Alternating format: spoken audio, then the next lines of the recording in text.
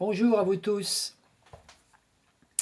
Alors vous avez vu que notre monde actuel est vraiment comme une grande salle de cinéma, un grand écran sur lequel tous les humains projettent leurs idées, leurs désirs, leurs fantasmes, leurs émotions, leurs sensations, leurs visions. C'est-à-dire tout ce qui vient de leur filmographie, de leur scénographie intérieure. Quand on considère la matrice comme illusion, comme diraient les sages hindous, on se rend compte en fait que tout ce qui existe dans notre monde n'est jamais qu'un jeu d'ombre, un jeu d'ombre chinoise.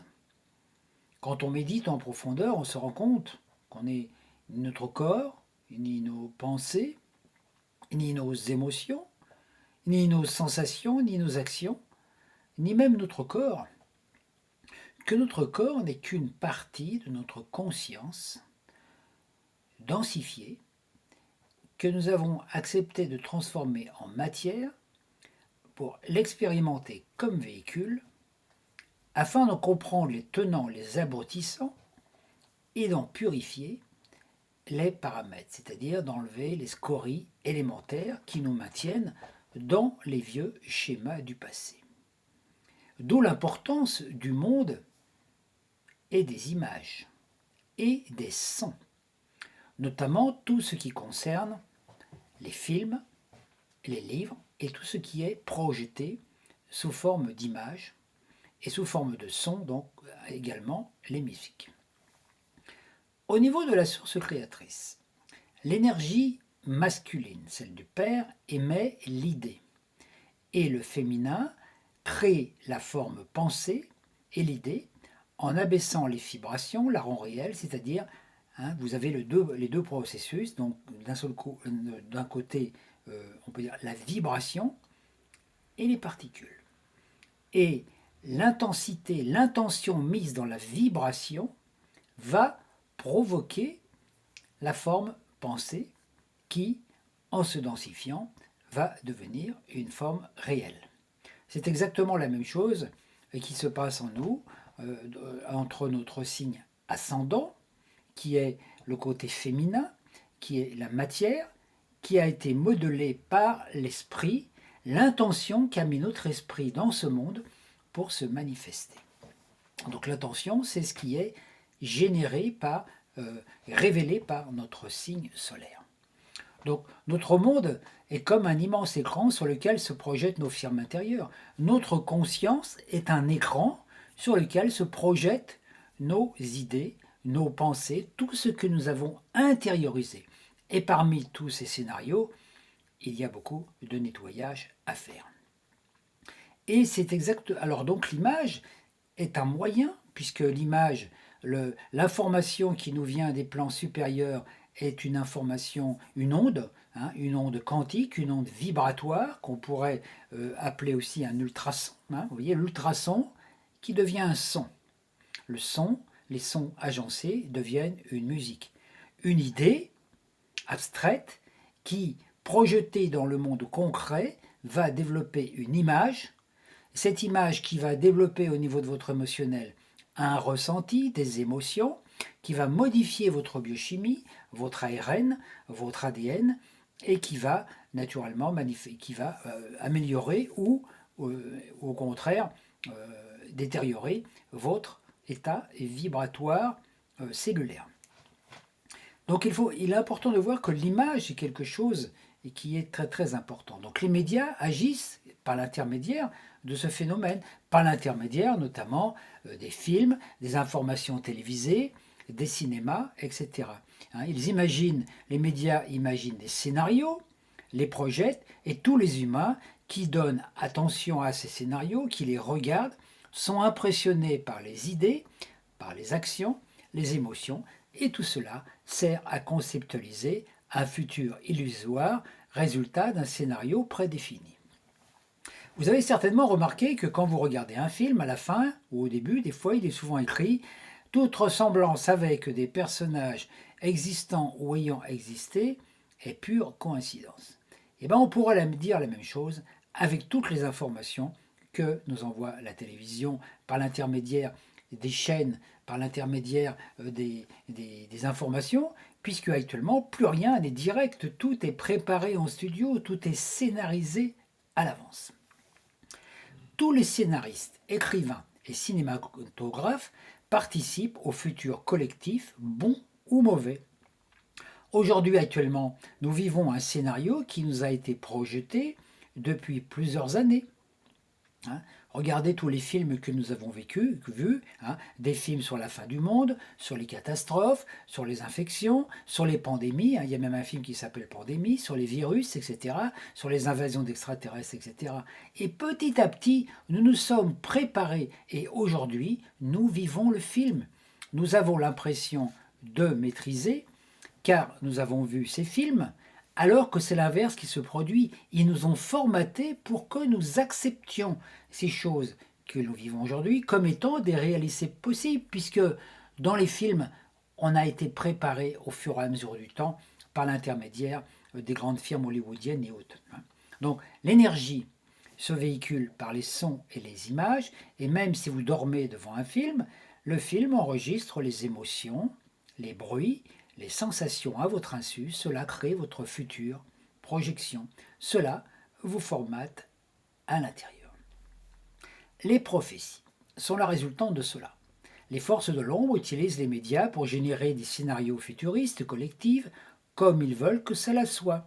Ainsi, ils nous manipulent. Nous pouvons lutter contre, découvrir toutes les magouilles, cela n'a guère d'impact, car si nous donnons foi ou nous si luttons contre ce futur que nous ne voulons pas, nous lui donnons de l'énergie, de l'électricité, pour qu'il devienne réel, parce que ça modifie et ça crée les scénarios. J'ai expliqué dans mes vidéos sur le double comment se relier à celui-ci, pour qu'il nous envoie les informations sur le meilleur possible pour nous, individuellement. Et tant que nous regardons des futurs collectifs possibles qu'on veut vivre ou qu'on ne veut pas vivre, on reste dans le grand cinéma des illusions. Toute l'énergie que l'on utilise à se débarrasser des images négatives ou à lutter contre en les partageant sur Facebook nous manque pour nous relier à notre meilleur futur. Nous gaspillons notre énergie, nous cherchons des preuves, nous cherchons des coupables à punir, des méchants à condamner ou à emprisonner, au lieu de chercher à sortir à trouver la porte de sortie des illusions. Les médias projettent et diffusent sans cesse des reportages sur le passé, sur les crimes, sur les guerres, les épidémies, prétextant qu'en regardant cela, nous nous souviendrons et nous éviterons de refaire les mêmes erreurs, hein, et que nous ne referons pas une autre guerre. Ce qui est une pure illusion. Au contraire, on entretient la mémoire du passé au lieu de la laisser passer dans la mémoire passive. Donc, elle est là, mais elle ne nous dérange plus. Hein.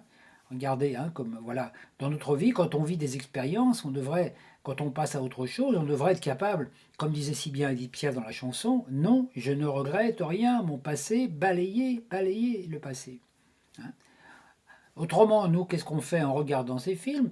On garde en mémoire les offenses du passé, hein, les offenses, par exemple, qu'ont fait les Allemands à nos grands-parents, et cela encombre notre mémoire et nous empêche d'entrer dans un monde vierge de tout cela, un terrain vierge, immaculé, une conscience immaculée.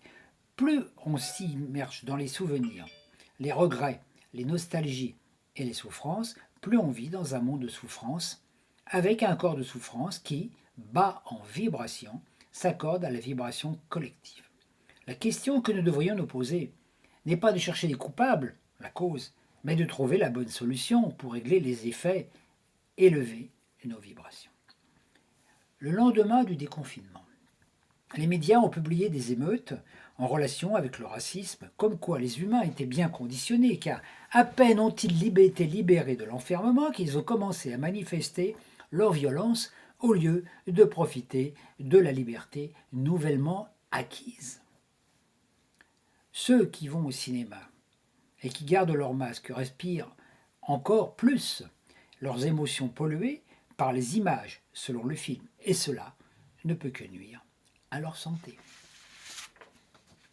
Nous avons le choix entre boire de l'eau fraîche non polluée provenant de la source de vie et vivre bien, ou boire de l'eau croupie chargée des scories déposées par le collectif, une eau qui est considérée comme une poubelle. Notre âme est alimentée d'eau solaire, de l'eau-lumière, et quand nous absorbons l'eau non recyclée des émotions humaines, nous ne pouvons aller bien. La pestilence s'installe en nous. La pestilence microbienne qui est omniprésente sur Terre en ces temps n'est que la résultante des projections pestilentes collectives déversées par les médias. Nous sommes le monde, et si nous polluons notre ciel, notre conscience, notre terre en devient le résultat. Chaque pensée négative, chaque film d'horreur ou pensée perverse est comme un nuage noir obscurcissant le ciel, cachant le soleil. Nous sommes le monde. Les climats sociaux, relationnels se projettent sur le climat environnemental atmosphérique. Les 4 éléments, nommés antérieurement les dragons alimentaires, le feu, la terre, l'air et l'eau, sont des forces qui cherchent des maîtres et ils ne font que nous imiter. Quand nous déclenchons des colères sociales violentes, ils se manifestent comme ouragans, tsunamis et tempêtes. Voire en Chine, lors des Jeux Olympiques, j'en avais déjà parlé, où il y avait eu, après toutes ces émeutes qui s'étaient passées pendant les travaux, quelques temps après, il y avait eu une tempête, un ouragan très destructeur. Tout réside dans notre conscience. Lorsque nous comprenons que le ciel, c'est la conscience, ce qui est au ciel, ce que nous envoyons dans le ciel, crée notre réalité sur la terre, dans notre corps. La conscience, c'est notre état de conscience qui modifie notre destinée. Nous sommes les responsables. Chaque pensée, chaque émotion, chaque action, chaque vision modifie notre conscience, notre état vibratoire, notre corps émotionnel, nos fluides hormonaux, tout est là. Une belle image génère un beau scénario, élève nos vibrations et apporte du bien-être à notre système glandulaire et endocrinien. Une mauvaise idée fait de même et provoque notre destruction. À nous de choisir notre destinée. Chaque image ressentie en trace la trame. À nous de demeurer vigilants. Si nous passons notre temps à combattre contre les méchants, nous vivons la guerre et ne trouverons pas la paix. Les vidéos, révélatrices si elles ont un but louable, peuvent polluer aussi la conscience collective.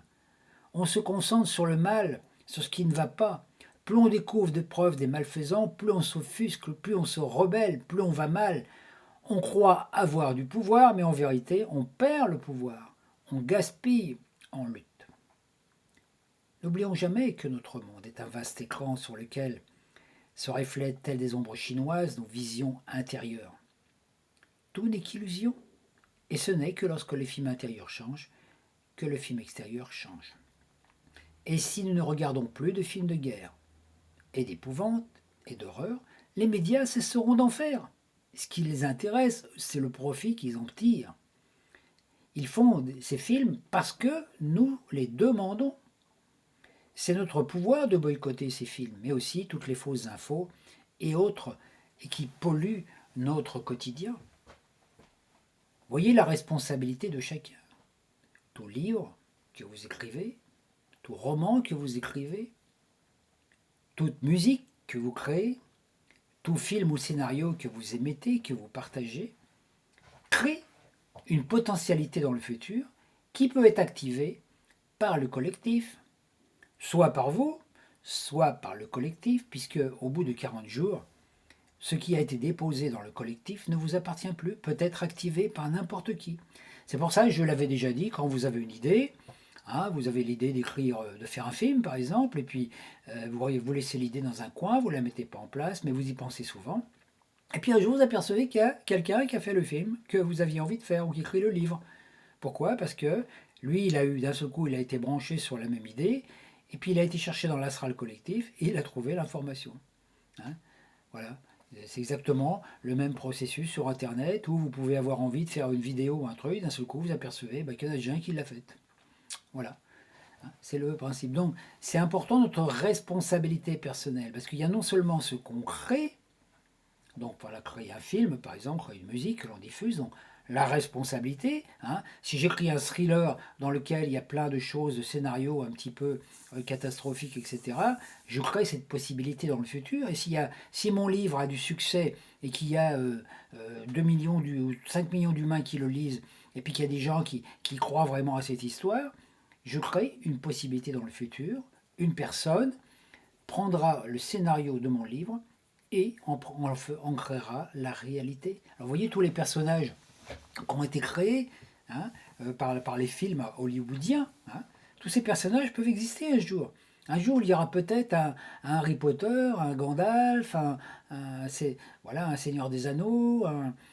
Tous ces personnages-là peuvent exister parce que c'est l'attention qui crée la réalité. L'attention nourrit l'intention et modifie notre monde. Nous sommes donc co-responsables. Donc quand nous allons voir des films qui sont des films d'horreur ou des films qui n'apportent pas des bons scénarios sur la Terre, mais qui parlent plutôt de choses négatives, hein, voilà, par exemple de l'apocalypse, pandémie, etc., nous nourrissons cela parce que si les producteurs font de tels films, c'est parce que nous allons les voir. Et notre responsabilité est à ce niveau. C'est là que l'on peut agir. On n'a pas beaucoup de pouvoir au niveau personnel, revendiquer et tout, on peut, mais par contre, on a le pouvoir de boycotter quelque chose. Et quand vous boycottez quelque chose, quand vous ne projetez pas sur l'écran de votre conscience certains scénarios que vous ne voulez pas vivre, eh ben, automatiquement, vous êtes à l'écart de ça, vous ne serez pas impliqué dans l'histoire. Il ne faut pas oublier que tout créateur est impliqué dans sa création. Hein. Donc c'est important de ne pas vous laisser piéger par cela.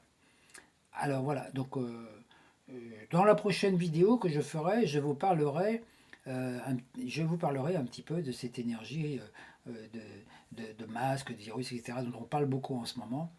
Parce que hier, j'ai une petite information qui a été donnée justement sur les écrans télévisés, hein,